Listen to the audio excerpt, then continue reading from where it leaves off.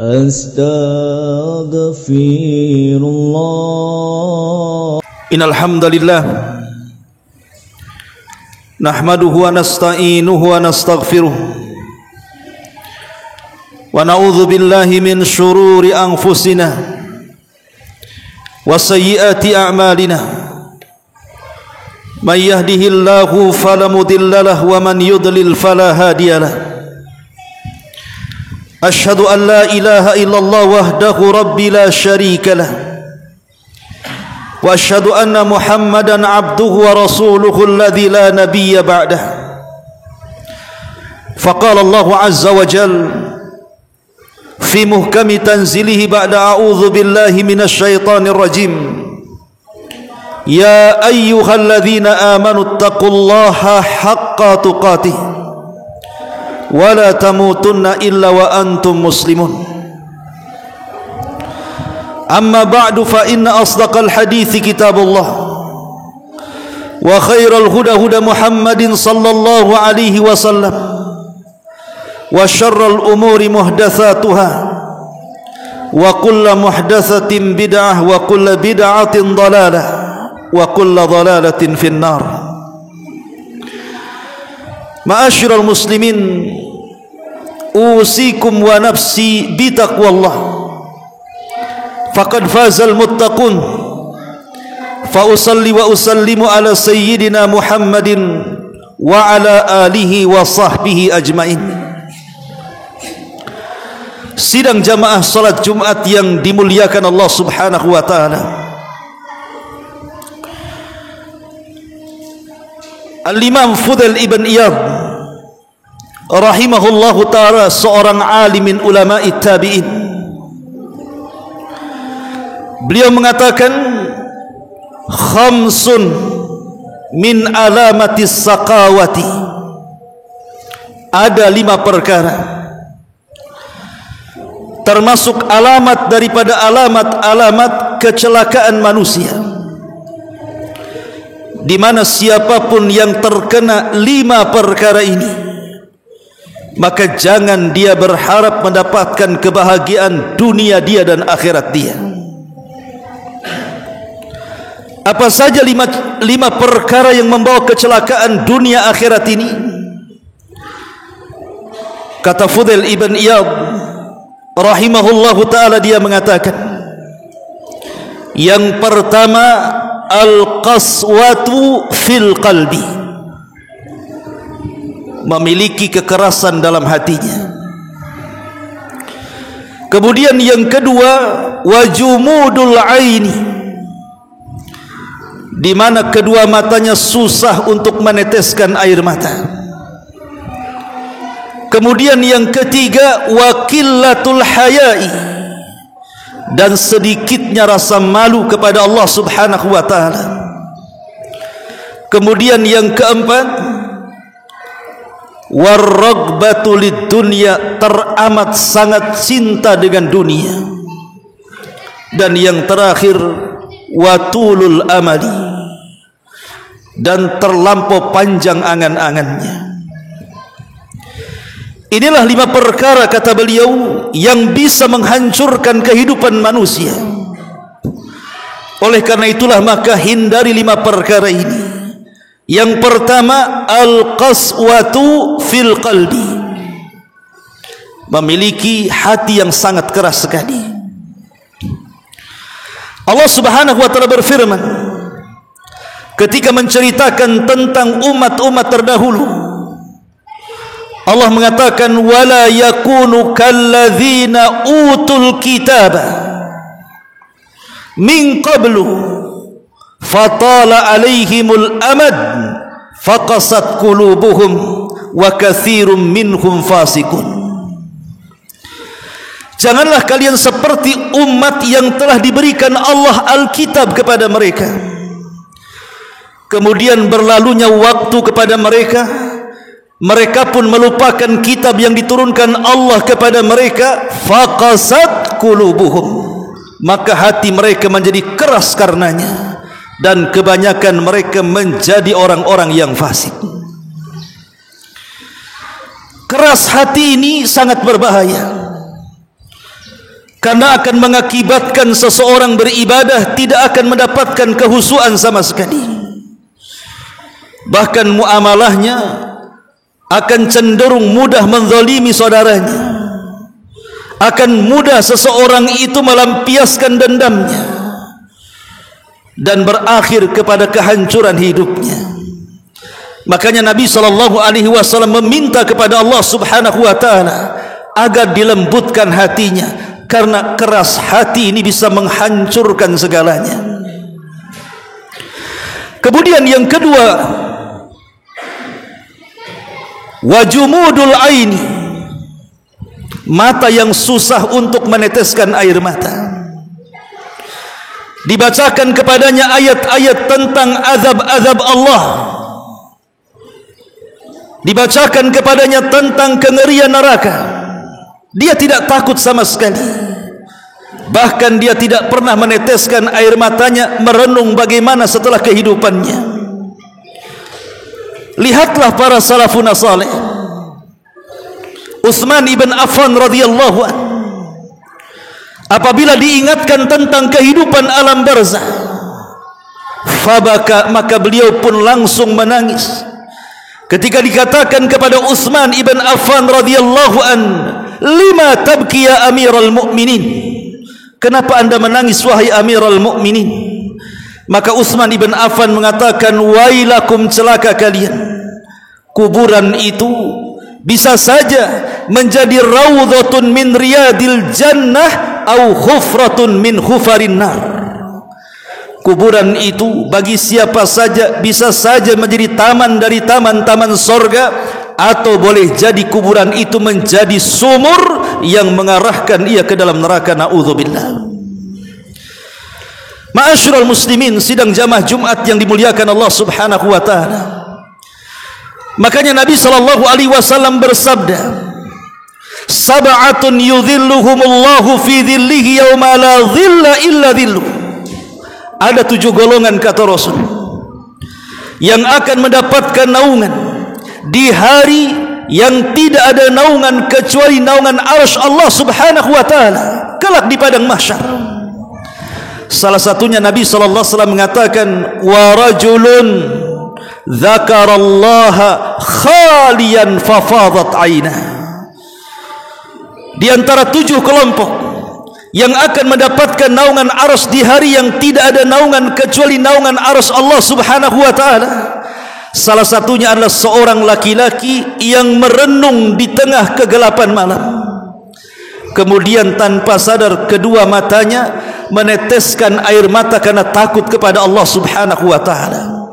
Pernahkah satu malam kemudian kita bangun di sepertiga malam, kemudian kita menatap langit yang penuh dengan bintang gemintang, kemudian kita berpikir, apakah setelah kematian kita akan selamat dari azab kubur?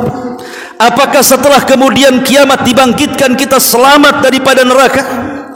Ma'asyiral muslimin yang dimuliakan Allah Subhanahu wa taala, maka kelompok yang kedua yang celaka adalah yang kedua matanya susah untuk meneteskan air mata karena tidak punya rasa takut kepada Allah Subhanahu wa taala.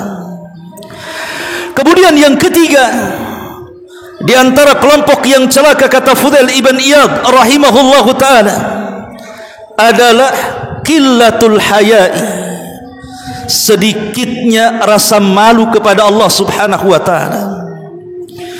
Nabi SAW bersabda, istahyu minallahi haqqal haya, man istahya minallahi haqqal haya falyahfadir ra'sa wa ma wa'a wal yahfadil batna wa ma hawa wal yadhkuril mauta wal bilah wa man aradal akhirata taraka zinatal hayatid dunya wa man fa'ala dzalika faqad istahya minallahi haqqal haya.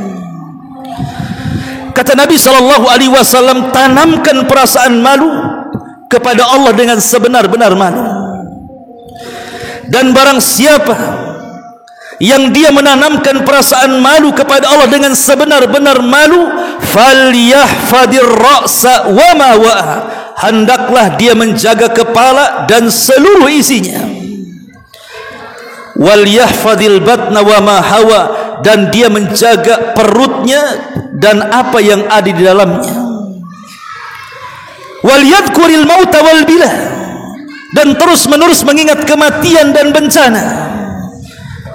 Wa man aradal akhirata, dan siapapun yang menghendaki kehidupan akhirat, taraka zinatal hayati dunya, maka dia akan meninggalkan perhiasan dunia. Wa man fa'ala dzalik faqad istahya minallahi haqqal haya, siapapun yang melakukan perkara itu, maka dia telah dinyatakan memiliki rasa malu kepada Allah dengan sebenar-benar malu. Jadi kalau kita merasa malu kepada Allah Subhanahu wa taala, hendaklah kita menjaga kepala dan isinya. Yang namanya kepala itu ada kedua belah mata kita, ada dua telinga kita, dan ada satu lisan kita, bahkan ada satu otak untuk pikiran kita. Kalau kita memiliki rasa malu, maka kita harus memiliki batasan-batasan dalam memandang, batasan-batasan dalam mendengar, batasan-batasan dalam bicara, dan batasan-batasan dalam berfikir. Jangan memandang sepandang-pandangnya, jangan mendengar sedengar-dengarnya, jangan bicara seucap-ucapnya, dan jangan berfikir menghayal kemana-mana, karena semua ada batasnya. Orang yang senantiasa menanamkan rasa malu kepada Allah Subhanahu wa taala, maka dia tidak akan mungkin bermaksiat kepada Allah Subhanahu wa taala, karena dia malu kepada Allah Subhanahu wa taala. Wal yahfadir ra'sa wa ma wa'ah, dia akan menjaga kepalanya dan seluruh isinya. Wal batna wa ma hawa, dan dia akan menjaga perutnya dan apa yang diisikan ke dalamnya. Dia tidak mungkin mengisi perutnya seisi-isinya. Tentu dia akan memilah mana yang halal, mana yang haram, mana yang syubhat, mana yang dibolehkan, karena dia takut kepada Allah, bahkan punya rasa malu kalau seandainya dia asal memasukkan ke dalam perutnya. Ma'asyiral muslimin, sidang jamaah Jumat yang dimuliakan Allah Subhanahu wa taala.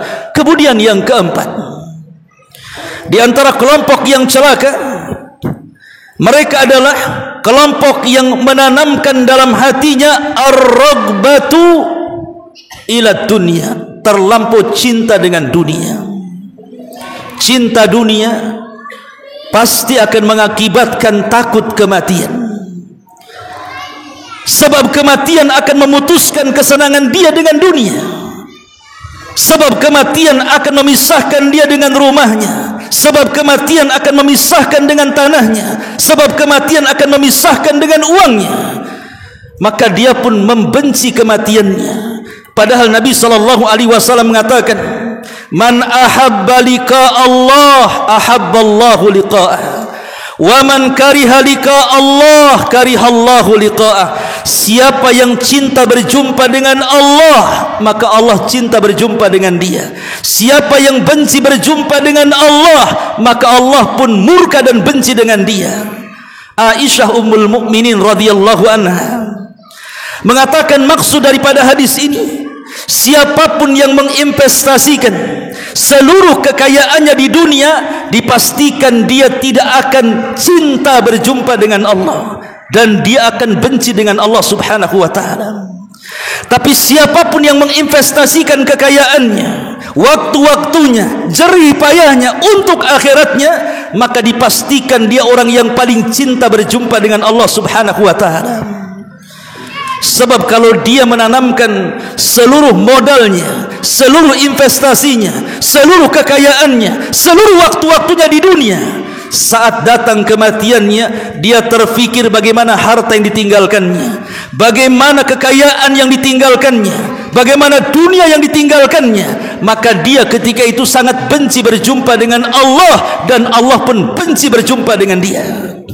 Tapi siapa yang menginvestasikan seluruh hidupnya untuk akhiratnya, maka dia akan cinta berjumpa dengan Allah, karena dia sudah membangun rumahnya di sorga, sudah menanam tanamannya di tanaman sorga, sudah membangun sungai-sungainya di sorga, sehingga dia ingin pulang ke rumah yang sesungguhnya. Dia pun sangat cinta dengan Allah, dan Allah pun cinta berjumpa dengan dia. Dan yang terakhir, tulul amal, orang yang panjang angan-angannya. Rata-rata manusia hari ini mereka panjang angan-angan, hidup dalam bayang-bayang. Ucapannya hanya jikalau dan seandainya. Seandainya aku kaya, jikalau aku punya uang banyak, kalaulah seandainya aku begini dan begitu. Hidup dalam dunia yang tidak nyata. Akhirnya kemudian mereka pun orang-orang yang seperti ini langsung potong kompas dalam hidupnya. Akhirnya ingin kaya, masuk dalam dunia perjudian. Ingin kaya, masuk dalam dunia perdukunan. Dikiranya kalau dia judi atau datang ke dukun akan cepat kaya dengan secepat-cepatnya. Padahal itu hayalan belaka, ma'asyiral muslimin yang dimuliakan Allah Azza wa Jalla. Itulah orang yang tukang panjang angannya. Dia meraih sesuatu yang hanya ada di pikirannya, sehingga mengakibatkan penyakit yang disebut dengan penyakit malas bekerja. Ma'asyiral muslimin yang dimuliakan Allah Azza wa Jalla, kalau 5 perkara menghinggapi kita semuanya, yakinlah anda akan mendapatkan kecelakaan dunia dan akhiratnya. Aqulu ma tasma'un, aqulu qauli hadza wastaghfiruhu innahu huwal ghafurur rahim.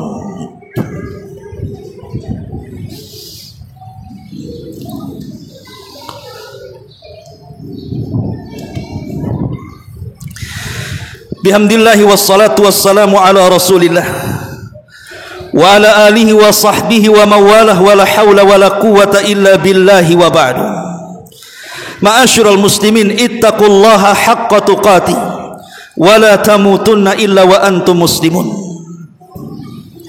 Ma'asyiral muslimin, jamaah salat Jumat yang dimuliakan Allah Subhanahu wa taala. Tentu kebalikan daripada 5 kecelakaan itu. Yang pertama, orang yang senantiasa berusaha melembutkan hatinya. Maka orang yang senantiasa melembutkan hatinya, maka dia akan mendapatkan kebahagiaan dalam hidupnya. Karena orang yang lembut hati itu pasti lapang dadanya, dan orang yang lapang dadanya pasti dekat dengan kebahagiaannya. Kemudian yang kedua, selain daripada orang yang lembut hatinya, maka yang kedua, orang yang mudah meneteskan air mata dari kedua kelopak matanya. Dia senantiasa mengingat Allah, dia senantiasa mengingat setelah kematiannya, dia senantiasa mengingat akhiratnya. Dan orang yang senantiasa mengingat Allah, mengingat setelah kematiannya, mengingat akhiratnya, mengingat surga dan nerakanya, maka ini akan mengakibatkan dan melahirkan menjadi orang-orang yang taat beribadah kepada Allah. Dan itu kunci kebahagiaan. Kemudian yang ketiga, orang yang banyak rasa malunya, sehingga orang yang banyak rasa malunya tertahan untuk maksiat kepada Allah Subhanahu wa taala.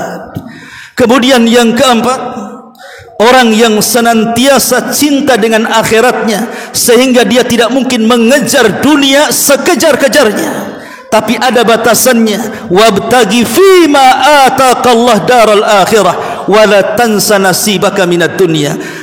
Ya, memang dunia perlu dikejar, tapi tujuannya adalah untuk dijadikan alat menuju akhirat kita. Dan yang terakhir tentunya, orang yang pendek angan-angannya. Dia hanya menatap apa yang ada di hadapannya, apa yang Allah berikan kepadanya walaupun sedikit. Alhamdulillah, itulah yang disebut dengan qanaah. Redha bima qasamallah. Dia rela dengan pembagian Allah Subhanahu wa taala. Allah berikan yang banyak, dia katakan alhamdulillah, binikmatihi tatimmus salihat. Allah berikan sedikit, dia pun tetap mengatakan alhamdulillah ala kulli halin. Begitulah jiwa seorang mukmin. Itulah jiwa-jiwa yang penuh dengan qanaah dan keikhlasan dalam hatinya. Inilah di antara alamat 5 alamat kecelakaan dan 5 alamat kebahagiaan. Innallaha wa malaikatahu yusalluna 'alan nabi. Ya ayyuhalladzina amanu sallu 'alaihi wa sallimu taslima. Allahumma ighfir lil muslimina wal muslimat wal mu'minina wal mu'minat al ahya'i minhum wal amwat innahu qaribun mujibu da'wah ya qadiyal haja. Allahumma arinal haqqa haqqan warzuqna ittiba'ah wa arinal batila batila warzuqna ijtinabah. Allahumma nas'alukal huda wat tuqa wal afafa wal ghina. Allahumma nas'alukal jannah wa na'udzubika minan nar. Rabbana la tuzigh qulubana ba'da idh hadaitana wa hab lana min ladunka rahmatan innaka antal wahhab. Rabbana atina fid dunya hasanah wa fil akhirati hasanah wa qina adzaban nar. Wa sallallahu ala sayyidina Muhammadin wa ala alihi wa sahbihi ajmain. Ibadallah, innallaha ya'muru bil adli wal ihsan wa ita'i dzil qurba wa yanha 'anil fahsya'i wal munkari wal baghi ya'idukum la'allakum tadhakkarun. Qumu lis salatil jum'ah rahimakumullah.